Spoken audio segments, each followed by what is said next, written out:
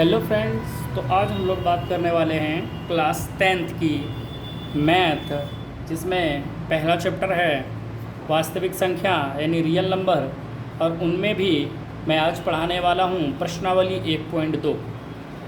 इससे पहले मैंने बहुत सारे वीडियो बनाई है जिनमें कि इससे पिछली क्लास हो चुकी है। अगर आपने वो वीडियो नहीं देखी है तो आप अवश्य ही देखें, जिससे कि आपको समझने में आसानी होगी। अन्यथा अगर डायरेक्ट इस क्लास को देखेंगे तो पीछे वाला क्लास जब आप नहीं देखेंगे या फिर थ्योरी की क्लास आप नहीं देखेंगे तो दिक्कत का सामना हो सकता है। तो चलिए आज हम बात करने वाले हैं 1.2 की। तो इनमें कितने प्रकार के कुछ सवाल हैं, उस सवाल को हम देखते हैं। तो इसमें जो सवाल आएगा, कहता है कि निम्नलिखित संख्याओं के अभाज्य गुणनखंडों के रूप में गुणनफल के रूप में व्यक्त कीजिए। यानी अभाज्य संख्या को मैंने आपको सिखा दिया था अभाज्य संख्या निकालने के लिए। यानी जो अभाज्य गुणनखंड होता क्या है वो मैंने थ्योरी में बताया था। तो आज मैं उसी पे सवाल बनाने वाला हूँ। जो थ्योरी पे मैंने पढ़ा है आज मैं उसी का सवाल बनाने वाला हूँ। तो प्रश्नावली 1.2 में एक नंबर में पहला नंबर सवाल है 140।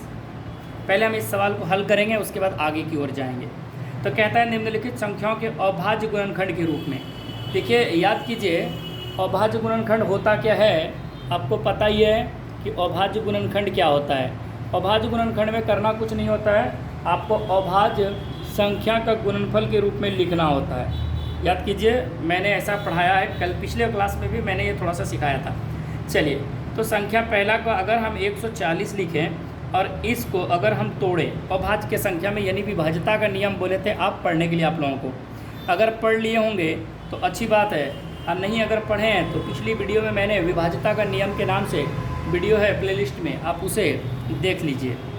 तो चलिए, तो अगर विभाज्यता का नियम से ही बात करें या फिर अभाज्य गुणनखंड होता क्या है, कल मैंने पढ़ाया था कि अभाज्य जो संख्या होती है उनके गुणनखंडों के रूप में लिखना, यानी गुणन के रूप में लिखना ही अभाज्य संख्या कहलाती है।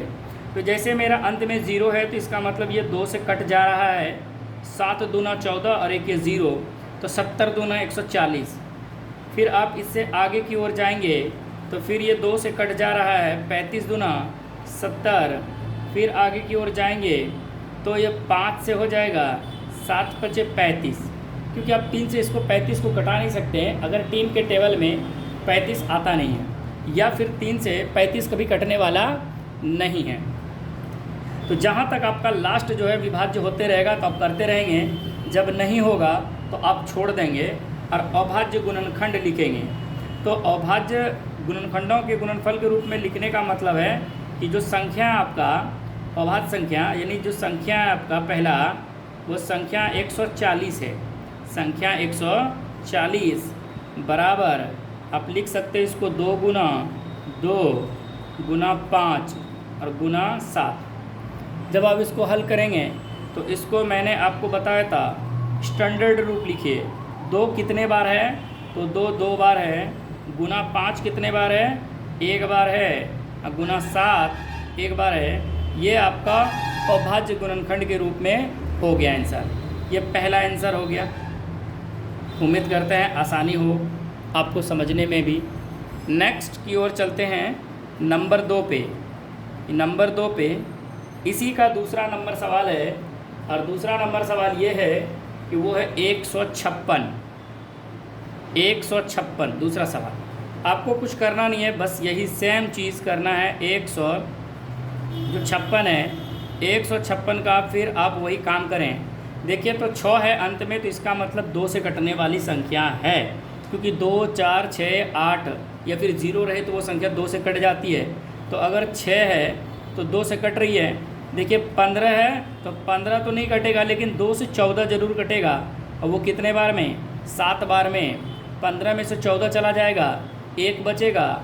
इसका 1 और 6 टोटल हो गए 16, और 2 से 16 कट जाएगा 8 बार में। फिर आप इसको 2 से फिर कटाएं, क्योंकि अंतिम डिजिट क्या आया है मेरा, 8 आया है। इसका मतलब 3 दूना 6। 7 तो नहीं कटेगा, लेकिन उससे एक नीचे कम संख्या है 6, तो 3 दूना 6 हो गया। इसके पास बच गया 1। 7 में से 6 गया 1 और 8 हो गया 18। ये 9 दूनी 18। फिर आगे की ओर जाएंगे तो ये 2 से नहीं कटने वाला है, अब 13 से कटेगा, 13 तिया 39।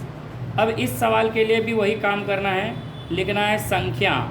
जो संख्या है आपका वो कितना है, 156 है, 56 100, संख्या 156 बराबर आप लिख सकते हैं 2 गुना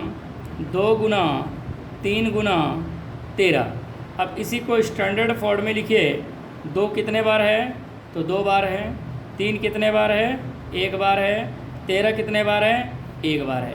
तो आपका ये हो गया अभाज्य गुणनखंडों के रूप में व्यक्त करना, यानी अभाज्य गुणनखंडों के गुणनफल के रूप में लिखना। तो जब आप अभाज्य संख्याओं को उसके पावर जितने उसको एक अभाज्य संख्या लिख के उस पर पावर चढ़ा दीजिए और गुना के फॉर्मेट में लिख दीजिए, वो आपका अभाज्य संख्या का गुणनफल हो जाएगा। अब इसी में एक सवाल और है, तीसरा नंबर। अब तीसरा नंबर सवाल क्या कहता है, ज़रा उसको देखिए। तीसरा नंबर सवाल ये है, वो संख्या लिखा गया है 38 25। एक संख्या लिखा गया है आपके पास 38 25। चलिए, तो करना कुछ नहीं है इसमें, जो 38 25 संख्या लिखा आपने उसको लिख लेना है। कैसे लिखना है, 38 25 लिख के फिर इसका वही काम करना है जो आप 140 156 का किया, क्योंकि ये छोटा संख्या था तो आसान हो गया। अब ये बड़ा संख्या, तो आपको विभाज्यता का नियम आना बहुत ज़रूरी है, अगर नहीं आप जान रहे हैं तो दिक्कत हो जाएगी। तो चलिए, अब पहली बात कि इकाई संख्या देखिए। इसमें इकाई संख्या मेरा 5 है, इसका मतलब है कि या तो संख्या 2 से नहीं कटेगा, सीधी सी बात है, या तो ये 3 से कटेगा या 5 से कटेगा या 7 से कटेगा। तो एक काम करते हैं, पहले हम 3 से ट्राई कर लेते हैं। किससे कर लेते हैं, 3 से ट्राई कर लेते हैं। अगर 3 से कट गया तो ठीक है, उम्मीद करते हैं 3 से कट ही जाएगा। 3 एक कम 3, देखिए 3 एक कम 3, तो ये 8, 3 दूना 6।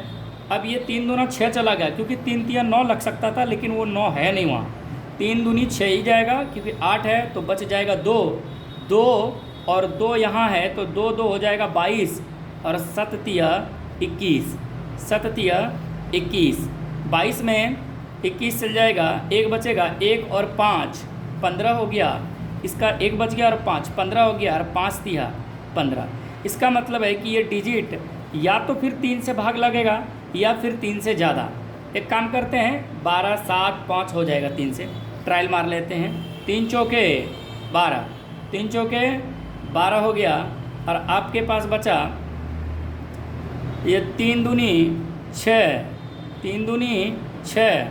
अब ये 3 दूनी 6 हो गया, 7 में से 6 चला गया, 1 बचा 5, 15 हो गया, तो 5 तिया 15, यानी 425 बार में 3 से गुना करेंगे 425 को तो 1275 आ जाएगा। उम्मीद करते हैं आपको समझ में आ रही है। जब आप यहाँ से फिर भाग लगाएंगे तो क्या ये 5 है, क्या ये फिर से 3 से लग सकता है, देख लेते हैं। अगर 3 से लगाएंगे तो 3 एक कम 3, 3 चौके 12, लेकिन 5 नहीं कटने वाला, सिर्फ डिजिट बच जाता अंत में 5। तो इसका मतलब जब आपका 3 से ना कटे तो आप 5 से भाग लगाइए। अब 5 से ऑटोमेटिक है कि कटना ही कटना है। देखिए, तो 8 पंचे 40, 8 पंचे 40, तो बच गया कितना 40, 42 में 40 गया, 2 बचा, और 2 और 5 25, तो 5 25। फिर आप इस संख्या को भाग लगाएंगे तो 5 से, अब 3 नहीं जाना है, फिर 5, 70 पचे 85। आपका फाइनली संख्या, अब 17 तो खुद अभाज्य संख्या है, 17 अभाज्य संख्या है। तो अब यहाँ क्या करें कि लिखिए संख्या, इस सवाल का आंसर लिखिएगा संख्या 38 25 बराबर, आप कैसे लिख सकते हैं, 3 गुना 3 गुना 5 गुना 5 गुना 17। अब इसी का स्टैंडर्ड फॉर्म में लिखने का तरीका ये है कि 3 कितने बार है तो बोलिएगा 2 बार है, गुना 5 कितने बार है तो 2 बार है, 17 1 बार है। तो ये आपका हो गया अभाज्य गुणनखंड, ये हो गया आपका अभाज्य गुणनखंड। ये आपका 3 सवाल हुआ। एक सवाल और है, ये है, चलिए इसी में देख लेते हैं, हो जाएगा, अट जाना चाहिए, उम्मीद करते हैं। ये 3 सवाल है, नंबर 4 और नंबर 4 सवाल है 5005। 4 सवाल में कहता है जो 5005 है आप इसका अभाज्य गुणनखंड करें, तो कुछ करना नहीं है। 5005 का अभाज्य गुणनखंड करने के लिए अब सीधी सी बात है, या तो 3 से लगेगा डायरेक्ट या फिर 5 से। अगर 3 से लगाएंगे तो 3 एक कम 3 लग जाएगा, 3 एक कम 3 2 बचेगा, तो 20 3 छक 18 18 8 बचेगा, 2 बचेगा, फिर 20 ये नहीं कटने वाला 25 हो जाएगा। इसका मतलब 3 से नहीं कटेगा तो डायरेक्ट ये संख्या 5 से कटेगा। अब 5 से आप कटाएंगे तो 5 एक कम 5, फिर 00 5 एक कम 5, आपके पास डायरेक्ट आ गया 5। अब इकाई संख्या फिर देखिए, ये इकाई संख्या आपके पास 1 आया। अब इस 1 है या तो अब 3, तो 3 तो अब भाग लग नहीं सकता क्योंकि डायरेक्ट कौन सी आ गया 5, तो 5 से बड़ा ही जाइए। तो 7 में भी है, देखिए तो 10 में 7 भाग लगाएंगे तो आपका 7 कट जाएगा, 3 बचेगा, 3 और 30 हो जाएगा, 7 चौक 28 7 21, 7 से लग जाएगा भाग। तो आपका डायरेक्ट लगेगा 7 से, 7 एक कम 7, 7 चौक 28, क्योंकि 7 एक कम 7, 3 बच गया और 0 30 हो जाएगा, और 7 के से 28 में भाग लग जाएगा 4 बार में, बचेगा 2 और 7 21, ये हो गया। अब ये 143 हो गया, तो 143 को एक काम करें, अब अगर भाग लगाएंगे तो जब 7 से नहीं लगेगा क्योंकि 7 का में 3 है क्या 63 है, लेकिन नहीं लगेगा, 7 दूना 14 लग जाएगा, लेकिन 3 बच जाएगा। 7 के बाद 9 तो नहीं लगेगा, अब डायरेक्ट 11 लगाइए, और 11 से लग भी रहा है, ये देखिए 11 से लगाएंगे तो 11 एक कम 11, अब 14 में से 11 चला जाएगा, बचेगा 3, 3 और 3 हो जाएगा 33, तो 11 तिया 33, इसका मतलब 13 भी अभाज्य संख्या हो गया। तो इसका मतलब 5 7 11 13 का अभाज्य गुणनखंड हो गया। तो हम लिखेंगे संख्या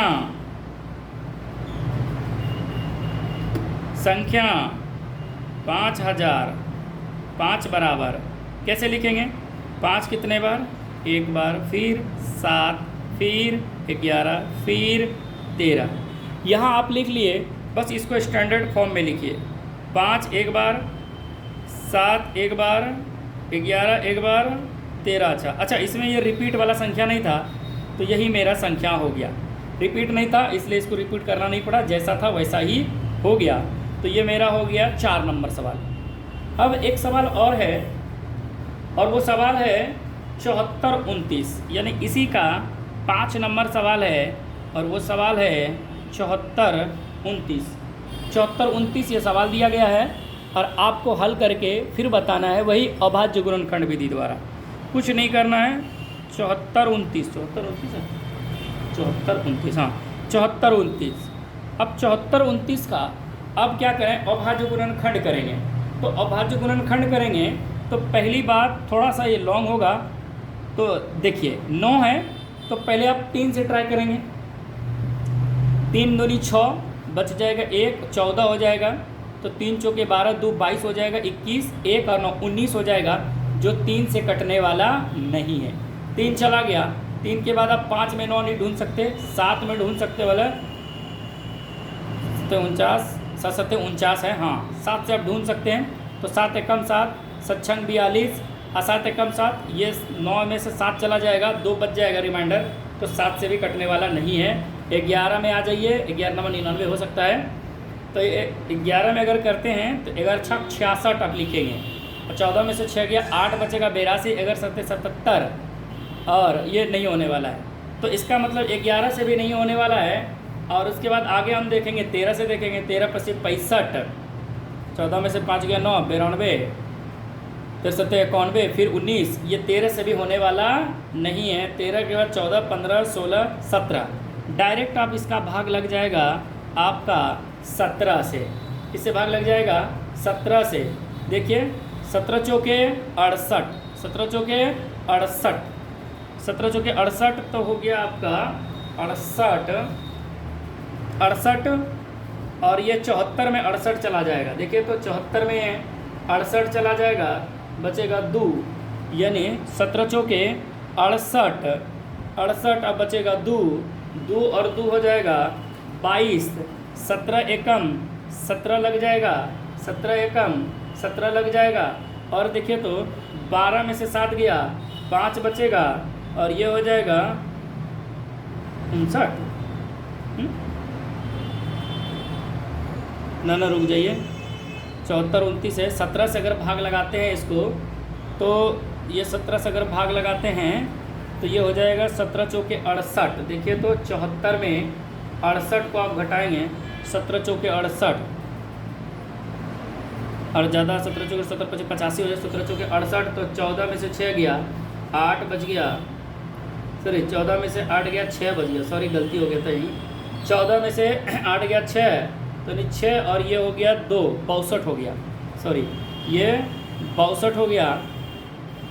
62 है तो 17 चौके 68, 70 तिया 3 बार में लगेगा ये, सॉरी 3 बार में लगेगा। 70 तिया 51, 70 तिया 51 और ये 11 और 70 नमा 53 से होता है। 70 सत्ते 17 8 36 है ना, 70 सत्ते 49 है। 17 को आप 7 बार पढ़ेंगे तो 19 17 8 36 से 17 नमा 53, 17 8 36 70 सत्ते, हाँ चलिए। उसके बाद ये 17 से जैसे आप कटाएंगे फिर आपका ये चला जाएगा 17 के बाद डायरेक्ट 19 में, क्योंकि 17 के बाद ये फिर कटने वाला है नहीं, क्योंकि 17 है तो देखिए तो ये डायरेक्ट 19 से कटेगा। और 19 दूना 38, 19 दूना 38 भाग लगेगा ये, 19 दूना 38, 43 में 38 चला जाएगा, 13 में से 8 गया 5 और ये 57, 19 तिया 57, 19 तिया 57। तो आपका ये फाइनली संख्या बन गया, ये 3 है दोस्तों, ये फाइनली बन गया 23। 27 पता है आपको ये अभाज्य संख्या है। उम्मीद करते हैं समझ में आया हो। थोड़ा बड़ा है, आप एक्सरसाइज करते रहेंगे या फिर ऐसे सवाल को आप बार बार बनाने से आपको ये माइंड में बैठ जाएगा। तो हम लिख लेते हैं संख्या 74 29 बराबर आप लिख सकते हैं 17 गुना 19 गुना 23 और आपका आंसर यही हो जाएगा। उम्मीद करते हैं आपको ये सवाल समझ में आया होगा। सवाल आप इस सवाल को, जो छोटा सवाल है वो आसानी से आप बना सकते हैं, जो बड़ा है थोड़ा सा मेहनत करना होगा। तो आप घर में क्या करेंगे कि ऐसे सवाल जो आपको भारी लगता है या फिर दिक्कत होती है तो उसको बार बार आप प्रैक्टिस करेंगे। प्रैक्टिस करने के बाद वो आपको आसानी स्टेप बाय स्टेप याद हो जाएगा। चलिए उम्मीद करते हैं इसका ये सवाल समझ में आया होगा। अब चलते हैं हम नंबर 2 पे। 2 नंबर सवाल कहता है कि पूर्णांक निम्नलिखित युग्मों के HCF और LCM ज्ञात कीजिए। अब पहले बात समझिए, सवाल में लिखा गया है आपको HCF और LCM ज्ञात करने का तरीका तो मैंने सिखाया है इससे पिछले वीडियो में, तथा इसकी जांच भी करनी है। जांच करने के लिए भी मैंने सिखा दिया है। और जांच करने का तरीका होता है जब कितनी संख्या हो, 2 संख्याओं का। 2 संख्याओं का जब रहेगा तो उनको आपस में गुणनफल कर लेंगे, यानी दोनों संख्या को गुना करके HCF बराबर LCM कर लेते हैं। ऐसे सवाल का आंसर मेरा फाइनली आ जाता है आंसर। चलिए, तो 2 नंबर में आपको 3 सवाल दिया गया है। 2 नंबर में आपको 3 सवाल दिया गया है और ये पहला नंबर सवाल है। पहला नंबर सवाल है कि जो सवाल है 26 और 91, 26 और 91 का आपको कह रहा है HCF और LCM ज्ञात कीजिए और साथ ही साथ इसका आप जांच कीजिए।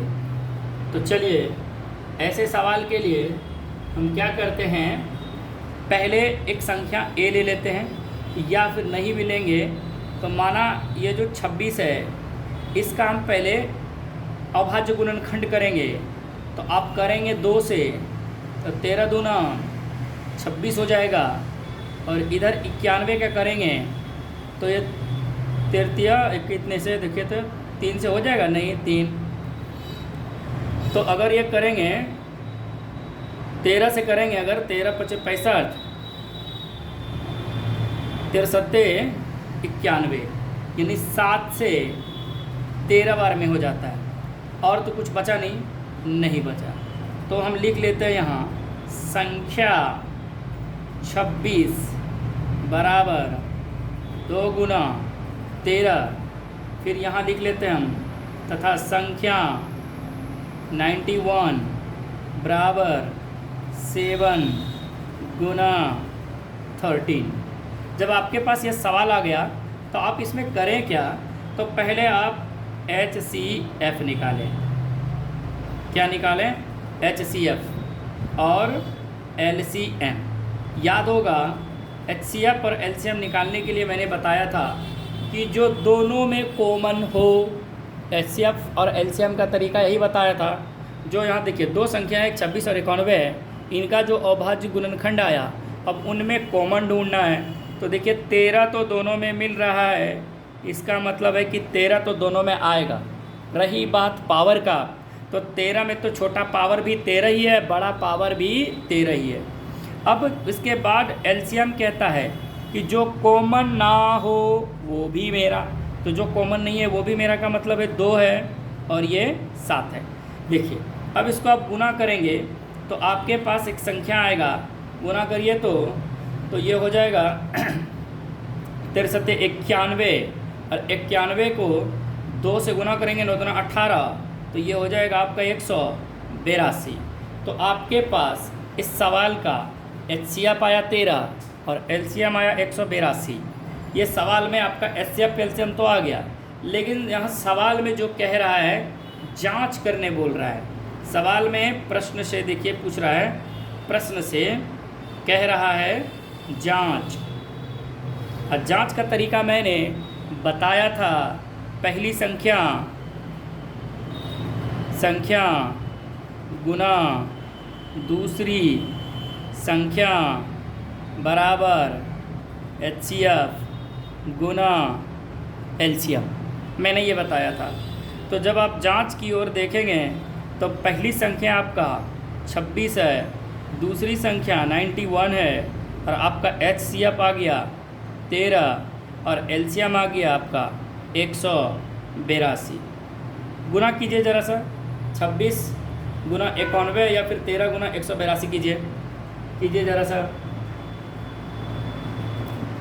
तो आप गुना अगर करेंगे तो 13 से 182 में गुना करिए, 13 दूनी 26, 13 दूनी 26, हासिल बच गया 2, और 13 को 8 बार पढ़िए, 13 दूनी 26, 13 74 से, यानी 13 8 13 78, 13 78,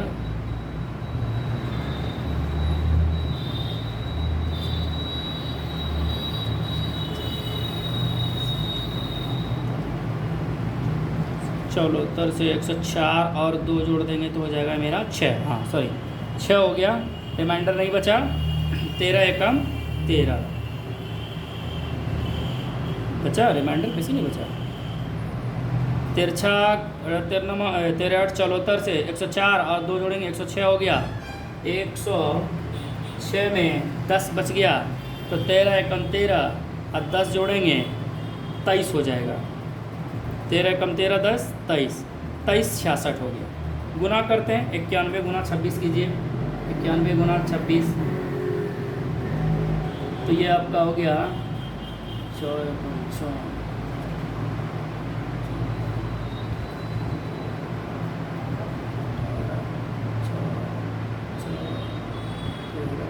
66, ये भी आपका गुना हो जाएगा 23 66। जब आप गुना करेंगे तो आपका दोनों वाला पार्ट्स अगर बराबर आ गया तो आपका मतलब ये सवाल सही है। 23 66 मेरा दोनों ओर आया, इसका मतलब है कि ये सवाल मेरा सही बना। उम्मीद करते हैं सवाल समझ में आया होगा। थोड़ा सा आप यहाँ गुना कर लेंगे, आप लोग आराम से गुना कर लीजिएगा, चेक कर लीजिएगा। चलिए इसी में एक सवाल और है, और वो सवाल है इसका दूसरा नंबर सवाल है। दूसरा नंबर सवाल में कहता है 510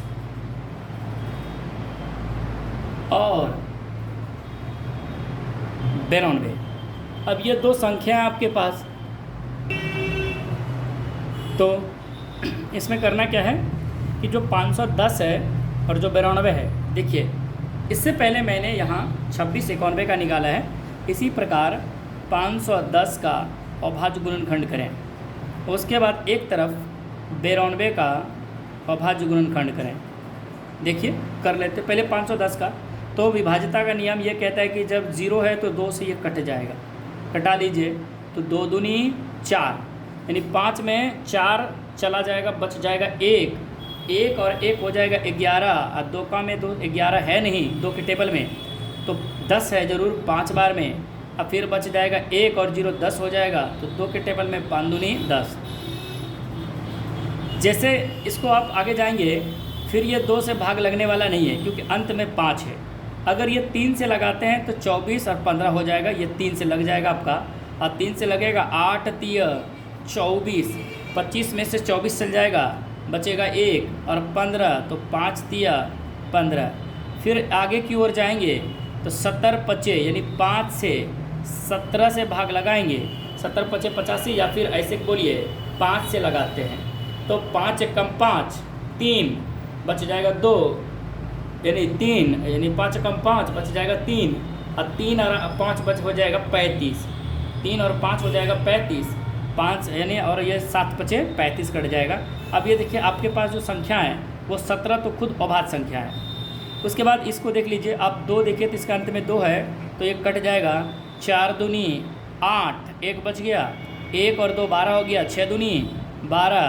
फिर आगे की ओर जाएंगे तो ये फिर 2 से हो जाएगा 23 बार में। अब ये 23 खुद अभाज्य संख्या है तो ये आगे जाने वाला नहीं है, तो हम यहाँ लिखेंगे संख्या 510 बराबर 2 गुना 3 गुना 5 गुना 17, और दूसरी संख्या तथा संख्या 92 बराबर 2 गुना 23। अब यहाँ आपको निकालना क्या है, HCF और LCM, HCF और LCM। देखिए HCF क्या कहता है और LCM क्या कहता है कि जो दोनों में मिले, जो दोनों में मिले। अच्छा इसी को आप एक फॉर्मेट ऐसे लिख सकते हैं, 2 पे पावर 2 गुना 23। क्या लिख सकते हैं आप, 2 पे पावर 2 गुना 23। अब इस तरह लिख सकते हैं 2 पे पावर 2 गुना 23। अब देखिए और इसमें देखिए आप इसको ऐसे भी लिख सकते हैं 2 गुना 3 गुना 5 गुना 17। अगर एक स्टेप और लिखना चाहें तो जो ये वाला तो जैसा है वैसा ही रहेगा, लेकिन ये वाला शॉर्ट फॉर्म में लिखा जाएगा जो इस प्रकार लिखाएगा। अब HCF कहता है जो कॉमन मिले, तो 2 देखिए दोनों में मिल रहा है, यहाँ 2 है यहाँ भी 2 है तो कॉमन है। तो जब 2 कॉमन है तो दोनों में 2 लिख लेंगे। उसके बाद जो छोटा पावर है वो HCF में और जो बड़ा पावर है वो LCM में। HCF के अलावा और देखिए कुछ कॉमन मिल रहा है क्या, इसमें 3 है, इसमें 3 नहीं, इसमें 5 है, इसमें 5 नहीं, इसमें 17, इसमें नहीं है। तो इसका मतलब अब जो नहीं बचा तो HCF तो नहीं होगा, लेकिन जो शेष संख्या बच गया वो तो सारे LCM में आएगा ना। तो LCM में आएगा तो पहले इधर से लिखते हैं, इधर से आ जाएगा 3 और उसके बाद आ जाएगा 5, उसके बाद आ जाएगा 17 और इसका शेष बचा हुआ है 23। तो जब आप इसको हल करेंगे ना तो आपका जो संख्या आएगा वो संख्या आप गुना कर लीजिएगा और वो आपका फाइनली आंसर आ जाता है 23 4 6 0। ये आपका इसका LCM आ जाता है।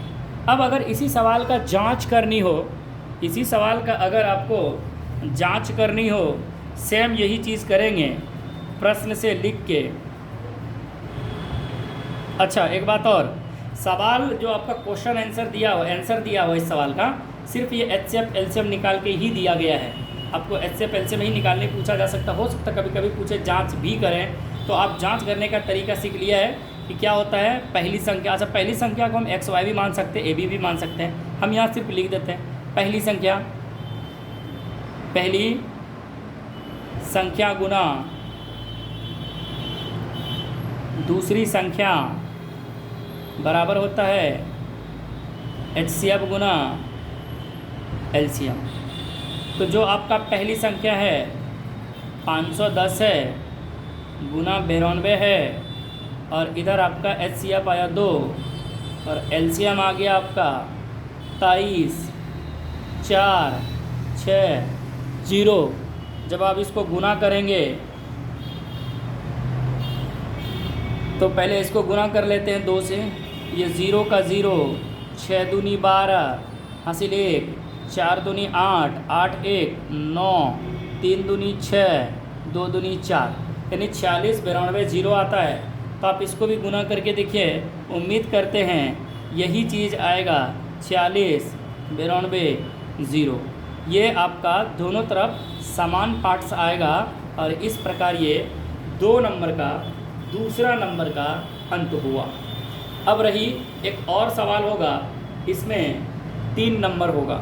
उम्मीद करते हैं आगे चलिए, आगे की ओर चलिए। तो तीसरा नंबर सवाल है 336 और 54। तीसरा सवाल 2 का तीसरा सवाल। आपको करना कुछ नहीं, यहाँ भी वही काम करना है। 336 का अभाज्य गुणनखंड करना है, उसके फॉर्म में आप लिख के तब एचसीएफ एलसीएम ज्ञात कीजिए। उसके बाद आप इस सवाल का आंसर जांच कीजिए। चलिए देख लेते हैं। तो 336 है तो इसका मतलब ये 2 से कटेगा और वो कटेगा 2 1 कम 2, 3 में से 2 गया, 1 बचा, 1 और 3 13 हो गया, 6 दूनी 12, 1 बच गया और 8 दूनी 16।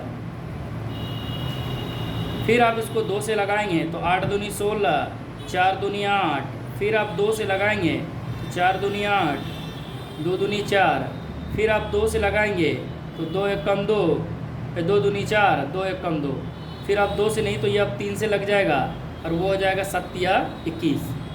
अब 54 की बात करें तो 2 से 27 दूना 54, यानी 2 दूनी 4, 7 दूनी 54, फिर ये 3 से 9 तिया 27, फिर ये 3 से 3 तिया 9। तो ये आपका सवाल हो गया। अब इसमें आपको एचसीएफ एलसीएम निकालना है तो हम लिख सकते हैं संख्या 3 3 6 बराबर 2 गुना 2 गुना 2 कितने बार आया है? 4 बार आया है, 3 एक बार आया है, 7 एक बार आया है। तथा संख्या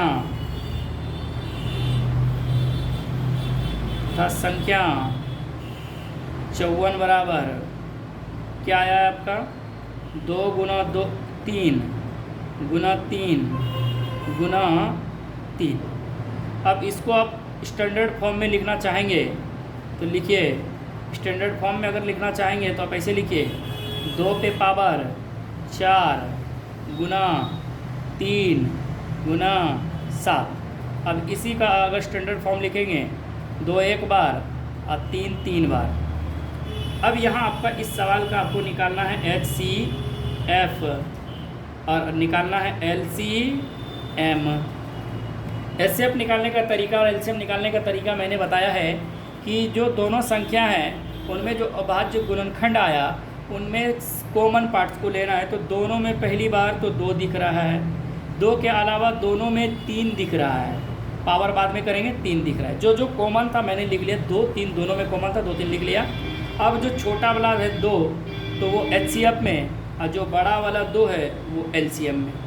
3 का भी फंडा यही है, जो छोटा वाला है वो HCF में और जो बड़ा वाला है वो LCM है। साथ ही साथ जो संख्या बच जाए वो भी LCM में। जब आप इसको हल करेंगे तो ये आपका आंसर आ जाएगा 3 दूना 6। और जब आप इसको हल करेंगे तो 2 दूनी 4 दूनी 8 दूनी 16 हो जाएगा, यानी 2 दूनी 4 दूनी 8 दूनी 16 हो जाएगा। और 3 को 3 बार आप पढ़ेंगे, 3 तिया 9 9 तिया 27 और गुना 7। देखिए ज़रा करके क्या आंसर आता है। तो आप अगर 27 गुना 7 करेंगे, उम्मीद करते हैं सवाल आपको समझ में आया होगा। ज़रा सा देखिए तो आपका आंसर आया होगा 30। गुना करने के बाद फाइनल आंसर आएगा 30 24। ये आपका हो गया LCM। 30 24 आपका आ गया LCM। अब इसका भी जांच कर सकते हैं। जांच करने के लिए कुछ नहीं करना है, पहली संख्या गुना दूसरी संख्या बराबर HCF गुना LCM। तो पहली संख्या अगर बात कर लें तो आपका पहली संख्या 336 और दूसरी संख्या 54, HCF 6 और LCM आपका आ गया 30, 24। चलिए गुना करते हैं इसको। उम्मीद करते हैं आप लोग गुना कर लें, जानते होंगे, आसानी से कर लीजिएगा। तो हम गुना करते हैं। 6 चौके 24, बच गया 2, 6 दूनी 12, 12 दू 14, हासिल 1, 6 एकम 6 यानी 0 1 और 6 तिया 18। तो इसका मतलब उम्मीद करते हैं इसका भी आप गुना करके 18 1 4 4 आंसर लाए होंगे। चलिए, तो आपका फाइनली 2 नंबर का सवाल कंप्लीट हो गया है। चलते हैं नेक्स्ट सवाल की ओर। चलिए, 3 नंबर सवाल कहता है अभाज्य गुणनखंड विधि द्वारा निम्नलिखित पूर्णांकों के HCF और LCM ज्ञात कीजिए। इससे पहले मैंने भी पढ़ा था 2 संख्या वाला में। HCF LCM ज्ञात करने का तरीका तो आप जान ही गए। दोनों संख्या का अभाज्य गुणनखंड कर लेना है। उसमें जो 2 कॉमन पार्ट्स आएंगे उसको, उसमें भी कॉमन पार्ट्स में जो छोटा पावर वाला है वो HCF में, जो बड़ा पावर वाला है वो LCM में लिखना है। यहाँ भी वही ज्ञात करना है। सिर्फ अंतर ये है सवाल में कि उसमें 2 संख्या का ज्ञात कर रहे थे और इसमें अब 3 संख्या का ज्ञात करेंगे। उम्मीद करते हैं समझ में आएगा अच्छे तरीके से। 3 नंबर का पहला नंबर सवाल है। सवाल ये कहता है 12, 15 और 21 का HCF और LCM ज्ञात कीजिए। आसान है, उम्मीद करते हैं आसान ही रहेगा ज़िंदगी में। 12, 15, 21। देखिए मैं अलग अलग निकाल लेता हूँ। 2 से आप निकालेंगे तो 6 बार में, फिर 2 से आप निकालेंगे तो 3 बार में। देखिए 3 से 5 तिया 15, 3 से या 7 से 3 बार में, कोई दिक्कत नहीं है। 7 21 करिए या फिर 3 7 21, कोई दिक्कत नहीं है। चलिए संख्या 12 बराबर आप लिख सकते हैं 2 गुना 2 गुना 3। फिर आप दूसरी संख्या लिख सकते हैं संख्या 15 बराबर 3 गुना 5 तथा संख्या 21 बराबर 3 गुना 7। अब स्टैंडर्ड अगर फॉर्म में लिखना चाहें तो ये 2 बार है, 3 1 बार, ये 3 1 बार, ये 5 बार, ये जैसा है वही है 3 7। अब इस सवाल का आपको सिर्फ HCF ज्ञात करना है तथा LCM ज्ञात करना है। तो HCF के लिए मैंने बताया था जो कॉमन है, LCM के लिए भी बताया था मैंने जो 2 कॉमन है। तो 3 यहाँ है, वहाँ 2 संख्या में देख रहे थे। अब यहाँ 12 15 21 तीनों में देखना है। तो पहली बात देखिए कि 3 सब में कॉमन है, 2 इसमें है लेकिन किसी में नहीं है, लेकिन इन तीनों में सिर्फ 3 है। तो 3 का छोटा पावर, सबसे छोटा पावर तो 3 ही है और बड़ा भी पावर 3 ही है। तो इसका मतलब छोटा भी पावर 3 है और बड़ा पावर भी 3 है। ये तो HCF हो गया। लेकिन LCM का शर्त ये है कि इसके अलावे भी जो बच गया, तो जैसे 2 पे पावर 2 बच गया, इसके साथ ही साथ 5 बच गया और इसके साथ 7 बच गया। तो आप इसको हल करें। 3 गुना 2 दूनी 4 गुना 5 गुना 7। जब आप इसको हल करेंगे तो ये देखिए तो 5 चौक 20, 20 सत्ते यानी 7 दूनी 14, 5 चौक 20, 7 दूनी 14, 140, 14 तिया 42, 420 आंसर आपका आ जाएगा। अतः यहाँ आप लिख सकते हैं HCF 3 तथा LCM बराबर 420। ये आपका फाइनली आंसर है। चलिए इसी में 3 नंबर का दूसरा नंबर सवाल देख लेते हैं। 3 नंबर का दूसरा नंबर सवाल देख लेते हैं। अब दूसरा नंबर सवाल ये है, इस सवाल में है 17,23 तथा 29। अब इसमें करना कुछ नहीं है, तो आप 17 को आप तोड़ के क्या करेंगे, देखिए तो अगर आप तोड़ना भी चाहेंगे तो वही होगा 1 से 17 बार में, 17 एकम 17। फिर आप 23 को अगर लिखेंगे तो 1 से 23 बार में, तो 1 से कोई टूटना कोई फ़र्क पड़ता है क्या, 1 से 29 बार में। तो इसका मतलब ये है ना कि HCF निकालना है ऐसे संख्या का। तो हम लिख लेते हैं संख्या बराबर संख्या 17 बराबर 1 गुना 17। फिर लिख लेते हैं संख्या 23 बराबर 1 कुछ नहीं तो गुना में 1 है, जानबे करते हैं, वही मैंने लिखा, तथा संख्या 29 बराबर 1 गुना 29। अब यहाँ लिखना चूँकि हमको HCF और LCM है, तो LCM लिखने का तरीका और HCF लिखने का तरीका सेम है कि जो कॉमन है तो कुछ नहीं तो सब में एक कॉमन आ रहा है, एक। अब एक कॉमन आ रहा है, उसमें भी पावर है नहीं, छोटा भी 1 है बड़ा भी 1 है। इसके अलावा जो संख्या बच गया आपके पास, जैसे 17 सबको LCM में लिखिए, 23 और 29 ऐसे संख्या को आप LCM में लिखिए। जब आप LCM को गुना करेंगे तो आपके पास कुछ संख्या आएगा, ज़रा देखिए इसका आंसर क्या आता है। तो आपके पास इसका आंसर आएगा 1139, 1139 आंसर आएगा। 1139 गुना करिए तो कितना भाई,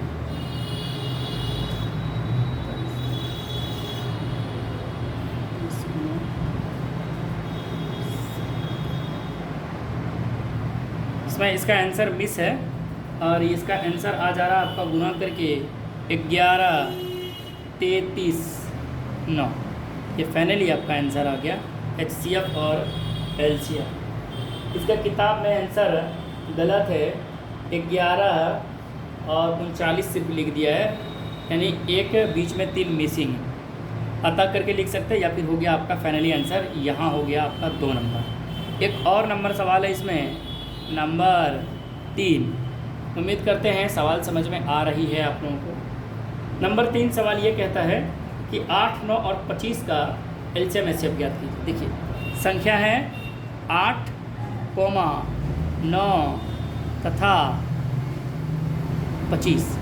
तो अगर हम 8 का करें अभाज्य गुणनखंड, 2 से करेंगे, 4 से, फिर 2 से करेंगे, 2 से, फिर अगर आप 9 से करना चाहें तो 3 तिया 9, और आप 25 का करना चाहें तो 5 25। जब आप आगे बनाते रहेंगे तो ये सवाल आसान हो जाएगा, आप इतना तोड़ना भी नहीं पड़ेगा, डायरेक्ट आप अभाज्य गुणनखंड के रूप में आप लिख सकते हैं। संख्या 8 बराबर 2 गुना 2 गुना 2, संख्या 9 बराबर 3 गुना 3 गुना 3, और एक अंत में संख्या है 25 बराबर 5 गुना 5। अब इसका स्टैंडर्ड फॉर्म कैसे लिखेंगे, तो 2 पे पावर 3। इसका स्टैंडर्ड फॉर्म कैसे लिखेंगे, 3 पे पावर 2। इसका स्टैंडर्ड फॉर्म लिखेंगे 5 पे पावर 2। अब यहाँ देखिए निकालना क्या है आपको, HCF, और क्या निकालना है, LCM। HCF LCM निकालने का तरीका है जो कॉमन है। अब बताइए इसमें अगर कुछ नहीं तो गुना में हम 1 लिख दे तो क्या फ़र्क पड़ा, कुछ फ़र्क पड़ा, कोई फ़र्क नहीं पड़ा। देखिए तो सबका गुणांक 1 से कर सकते हैं ना, तो इसका मतलब है कि HCF कितना हो गया, 1 हो गया। लेकिन LCM क्या है कि जो कॉमन ना है वो भी, तो HCF 1 लिखे या ना लिखे कोई फ़र्क पड़ने वाला है नहीं, लिख देते हैं। 2 पे पावर 3 गुना 3 पे पावर 2 गुना 5 पे पावर 2, तो HCF तो आपका 1 ही हो गया। लेकिन LCM देखिए तो 1 गुना लिखे ना लिखे क्या फ़र्क पड़ता है, ये 8, 3 तिया 9 और 5 25। जब आप गुना करेंगे 25 8 200, तो 18 9 और 9 दूनी 18 डबल 0, यानी ये 1800 आंसर आ जाएगा। 25 8 200, 200 गुना 9 900, 1800। ये आपका आंसर हो गया। फाइनली 3 नंबर आपका कंप्लीट हो गया। जो सवाल आपका 2 नंबर था वही सवाल आपका 3 नंबर है। 1 नंबर, 2 नंबर और ये 3 नंबर। यह आपका फाइनली सवाल हो गया। सेम सवाल था 2 और 3, सिर्फ डिजिट का अंतर था। उम्मीद करते हैं ये सवाल समझ में आया होगा। अब चलते हैं नेक्स्ट सवाल की ओर। चलिए 4 नंबर सवाल कहता है कि HCF, अब वो भी कितने का, ये 2 संख्या का। देखिए HCF 306 और 657 का HCF आपको दिया हुआ है 9, यानी आपको इस 2 संख्या का HCF दिया हुआ है 9 और आपको करना क्या है कि एलसीएम यानी 306, 657 ये 2 संख्या है, इनका आप एलसीएम ज्ञात कीजिए। इसको 2 तरीका है, या तो आप 306, 657 को तोड़ के HCF तो आपका निकला हुआ है ही, सिर्फ आपको एलसीएम निकालना है, या फिर आपको शॉर्ट बनाना है। ये आप शॉर्ट बनाइए, क्योंकि अगर उस अभाज्य गुणनखंड मेथड करने जाएंगे तो आप मतलब जो है लॉन्ग प्रोसेस में चले जाएंगे। तो इस सवाल को आप ऐसे बनाइए। आपको पता ही है पहली संख्या गुना दूसरी संख्या HCF गुना एलसीएम, आपको पता ही है प्रश्न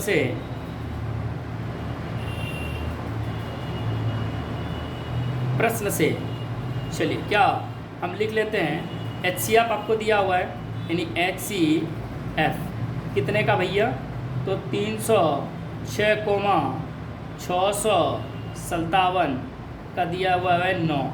आपको चाहिए क्या, एलसीएम किसके, तो 306, 657 बराबर 8। चलिए तो हम यहाँ पढ़े हुए हैं पहली संख्या गुना दूसरी संख्या बराबर HCF गुना एलसीएम।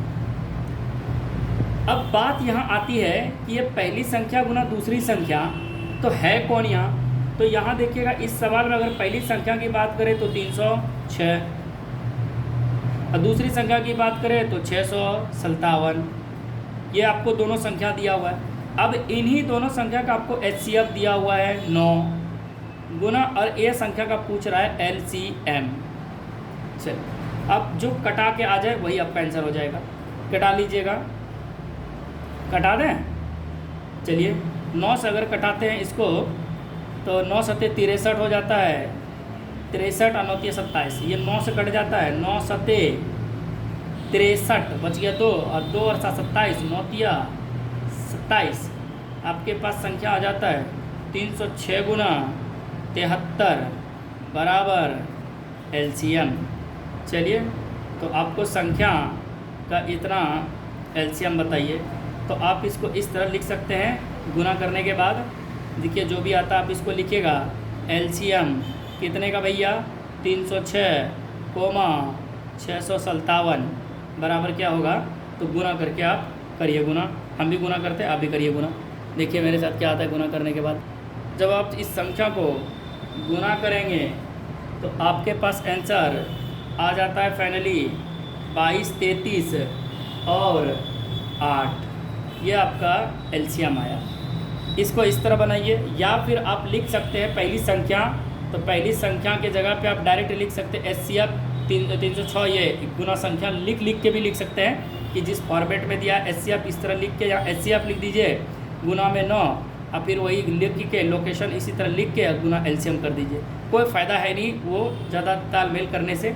सिर्फ आप ये जानिए कि 2 संख्या दिया हुआ है, इन दोनों संख्या को गुणनफल कर लीजिए। बराबर में इन्हीं दोनों संख्या का क्या दिया है आपको, HCF। तो HCF निकाल के दिया हुआ है, आपको निकालना है एलसीएम, तो निकल गया। मेरा ये 4 नंबर सवाल फाइनली कंप्लीट हो चुका है।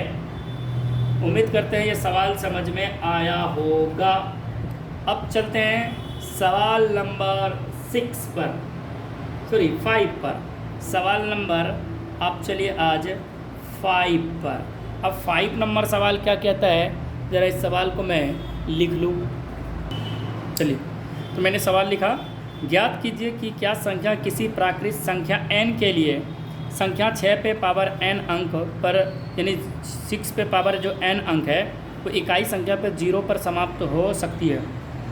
इस तरह का एग्जाम्पल मैंने इससे पहले भी पढ़ा है, देख लीजिएगा। नेक्स्ट पिछले वीडियो में मैंने ये पढ़ाया था, उस पर सिर्फ 4 पे पावर n था, यहाँ 6 पे पावर n है। करना कुछ नहीं है, चलिए यहाँ भी वही काम करेंगे जो मैंने पहले किया है।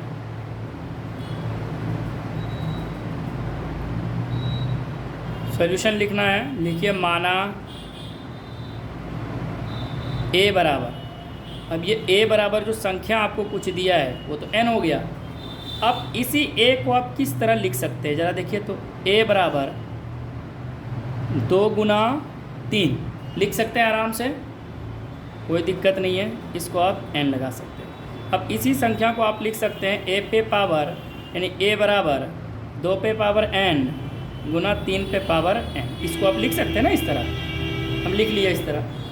अब यहाँ करना क्या है, यहाँ देखिए आपको एक चीज़ दिया हुआ है, यहाँ 2 और 3 क्या है, तो अभाज्य संख्या है, आपको पता ही है, यहाँ वहाँ भी बताया था मैंने, 2 अभाज्य संख्या है, संख्याएं है। अब ये देखिए अभाज्य संख्या तो है, लेकिन हमें क्या बोला गया है कि जो 6 पे पावर n है, क्या उस पे पावर n जो है उसके इकाई अंक पे 0 पर समाप्त हो सकता है, यानी 6 पे पावर जो n है क्या वो 10, 20 यानी 10, 20, 100 इस तरह पर समाप्त हो सकता है। आपको ये बताना है कि क्या हो सकता है या नहीं। तो एक बात बताइए, जब आप देख लीजिए 2 और 3 है तो उसको 10 बनाना है, तो 10 बनाने के लिए 2 के साथ 5 का होना अनिवार्य है, और यहाँ 2 के साथ 3 है, इसका मतलब है कि n के जगह पे यानी किसी संख्या पे पावर 0 लाना है, तो इसका मतलब है उसमें 5 आना अनिवार्य है, जो यहाँ दिख नहीं रहा है। दिख रहा है क्या? तो हम लिख सकते हैं कि किसी संख्या के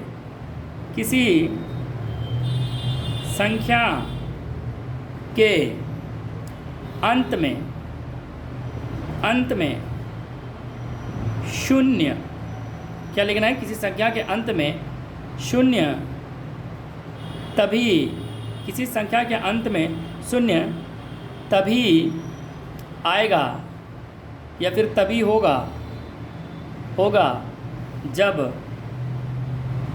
जब 2 के साथ 5, क्या होगा, 2 के साथ 5 का धनात्मक क्या होगा, तो घात हो, क्या हो, धनात्मक घात के गुणनखंड होंगे। धनात्मक घात के क्या हो सकते हैं, गुणनखंड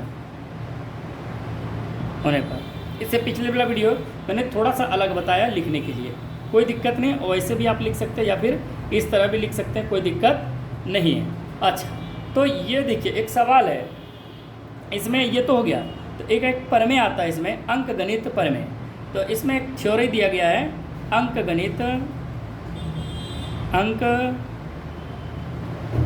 गणितीय या फिर अंकगणित, कोई दिक्कत नहीं है, कि प्रमेय से या फिर कि आधारभूत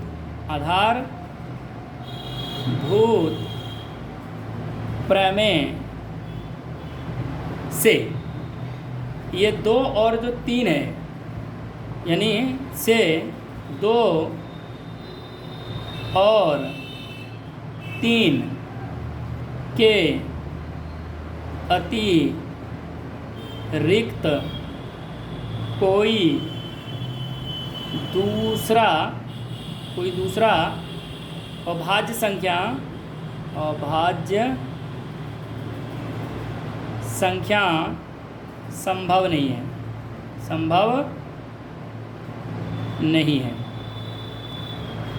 तो आप यहाँ देख रहे हैं कि जब संभव नहीं है इसका मतलब अद्वितीय हल है, जब संभव नहीं है तो इसका मतलब ये कौन हल है, संभव नहीं है तो ये अद्वितीय हल है। इसका मतलब है कि अतः हम यह कह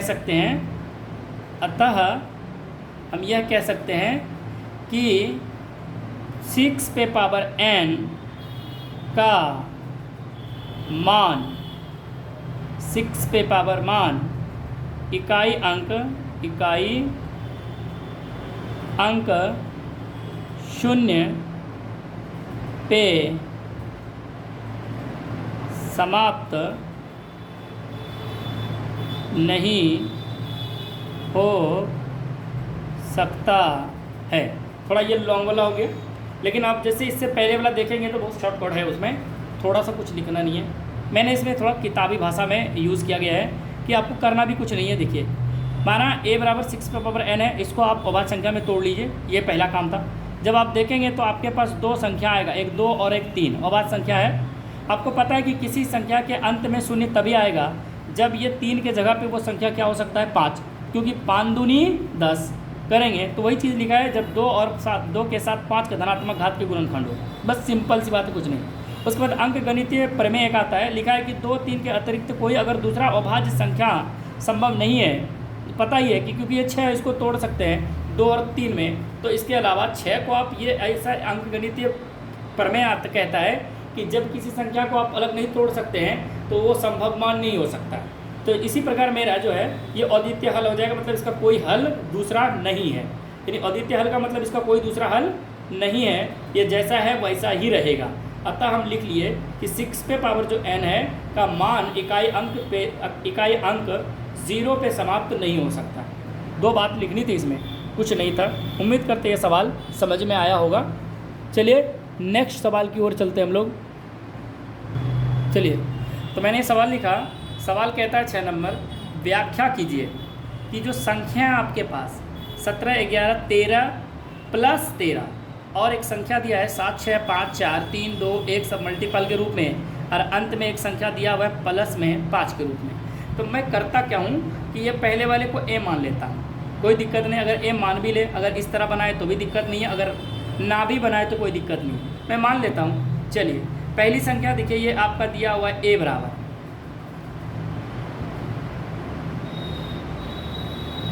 a बराबर आपके पास संख्या है 7 गुना 11 गुना 13 प्लस 13। उसके बाद b संख्या दिया हुआ है आपको 7 गुना 6 गुना 5 गुना 4 गुना 3 गुना 2 गुना 1 प्लस 5। अब एक काम करें, इस संख्या में देखिए तो आपका 13 कॉमन आ रहा है, तो 13 कॉमन लेंगे तो 7 गुना 11 अब प्लस क्या हो जाएगा 1, और इस आप b में भी देखेंगे तो आपका 5 कॉमन आ जाएगा, तो ये 7 गुना 6 गुना 4 गुना 3 गुना 2 और प्लस में 1। अब एक काम करें, ये जो a वाला पार्ट है, a वाला जो पार्ट है, तो आप इसको 13 अब गुना 11 7 77 1 78 लिख सकते हैं। उसी प्रकार ये कोमा में 5 के 7 गुना अगर करें तो एक बार गुना करते भैया, देख लीजिए कितना बड़ा संख्या आता है। तो आपका आ जाएगा 7 छंग 42, 42 दूना 84, 84 गुना 12 कीजिए तो 84 गुना 12 अगर आप करेंगे, देखिए कितना आता है, कर सकते हैं।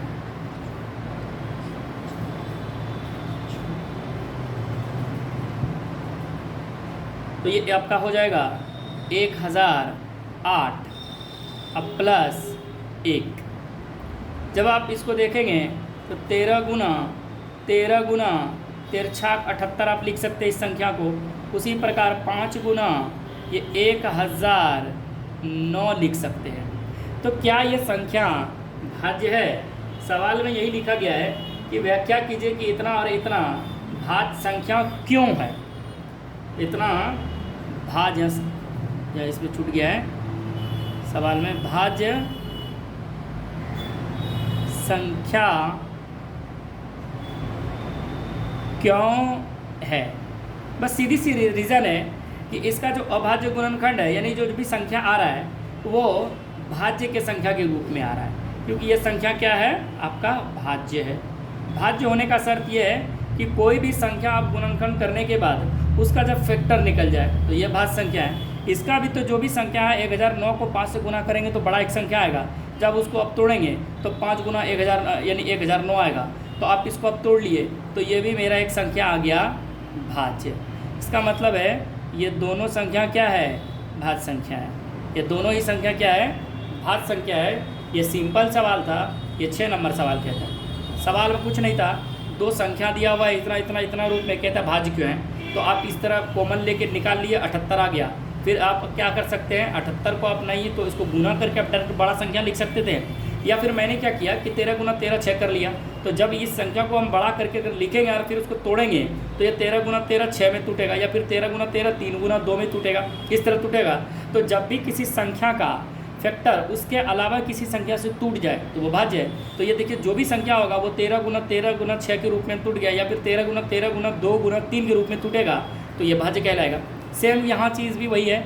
इसको अगर आप जोड़े 1008 + 1 9 हो गया, अब गुना 5 का, इसका मतलब है 1009 को 5 से गुना करेंगे तो एक बड़ी संख्या आएगी। फिर उस संख्या को अगर हम तोड़ के देखेंगे तो गुना के रूप में लिख रहे हैं तो ये फैक्टर बन रहा है, और जब ये फैक्टर बन रहा है तो इसका मतलब ये भाज्य है। ऐसी संख्या कौन सी संख्या होती है, भाज्य संख्या होती है।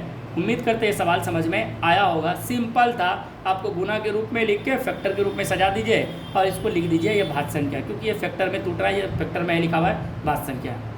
इस एक्सरसाइज का अंतिम संख्या है सवाल नंबर 7। अब ये 7 नंबर सवाल क्या कहता है, मैं सवाल लिख दूं क्या? चलिए, 7 नंबर सवाल थोड़ा बड़ा है, लेकिन कोई बात नहीं, सवाल बड़ा है, आंसर छोटा है। इसमें आपको करना क्या है, ये जो सवाल लिखा है मैंने बहुत बड़ा लिखा है, और सवाल बड़ा ही है NCERT में। आपको करना कुछ नहीं है। सवाल में एक कहता है कि वृत्ताकार पथ है, यानी ये वृत्ताकार पथ है। खेल का मैदान के चारों ओर एक वृत्ताकार पथ है, मतलब खेल का मैदान है, उसमें चारों ओर गोलाकार टाइप का, यानी वृत्ताकार पथ पर मैदान चक्कर लगाने के लिए इसमें एक आदमी लड़की है सोनिया। सोनिया को 18 मिनट समय लग जाता है, जबकि इसी मैदान पर एक चक्कर लगाने में रवि को 12 मिनट लगते हैं। दोनों एक ही स्थान पर एक ही समय में। यहाँ से सोनिया भी 18 मिनट में लगाता है और यहाँ से रवि भी 12 मिनट में चक्कर लगा शुरू करता है, और ये दोनों एक ही साथ चलना प्रारंभ करता है एक ही स्थान से। कहता है मान लीजिए वे दोनों एक ही स्थान से चलना प्रारंभ करता है करके एक ही दिशा में चलते हैं, तो कितने समय बाद पुनः वो प्रारंभिक स्थान पर मिलेगी। मतलब जहाँ से शुरू करा था लड़की जो है 18 मिनट में एक चक्कर लगा रही है, लड़का 12 मिनट में चक्कर लगा रही है। इसका मतलब है कि करना कुछ नहीं है, तो जो सोनिया है और जो रवि है इन दोनों का आप एलसीएम निकाल लीजिए। जब आप एलसीएम निकालेंगे तो 9 दूनी 18, 6 दूनी 12, फिर 3 तिया 9, 3 दूनी 6। अब करें क्या, इसको गुना कर ले, 2 गुना 2 गुना 2 गुना 3। जब आप फाइनल इसको गुना करेंगे तो 3 दूनी 6, 6 दूनी 12, 12 दूनी 24। क्या हो जाएगा आपका, 3 दूनी 6, 6 दूनी, गलती हो गया क्या, 12 2 से करेंगे 9 6, फिर 2 से नहीं, सॉरी 3 से होगा, 3 तिया 9, 3 दूनी 6। इसका मतलब ये 3 होगा, 3 तिया 9 और 9 दूनी 18, 18 दूना 36 होगा। क्या होगा, 36। 36 मिनट बाद, 36 मिनट बाद पुनः 36 मिनट बाद पुनः आपस में मिलेंगे, यानी प्रारंभिक स्थान पर प्रारंभिक स्थान पर मिलेगी। ठीक है, कितने मिनट बाद, तो 36 मिनट बाद। ये आपका फाइनली आंसर ख़त्म हो गया एक्सरसाइज 1.2। उम्मीद करता आपको समझ में आया होगा। आज के लिए इतना ही। मिलते हैं अगले क्लास में। आप लोग का मेरे इस चैनल को अगर सब्सक्राइब नहीं किया है तो सब्सक्राइब कर लें और बेल आइकन बटन को दबा लें। साथ ही साथ कमेंट, शेयर, और आप साथ ही साथ ये बताएं कि इस वीडियो को आपको कैसा लगा, यह वीडियो कैसा लगा। अगर कोई प्रॉब्लम होती है समझने में तो आप हमें कमेंट करके या फिर व्हाट्सएप करके आप हमें क्वेश्चन को भेज सकते हैं, या फिर आप हमें बता सकते हैं। मैं फिर उसका समाधान करूँगा, ज़रूर करूँगा। Thank you.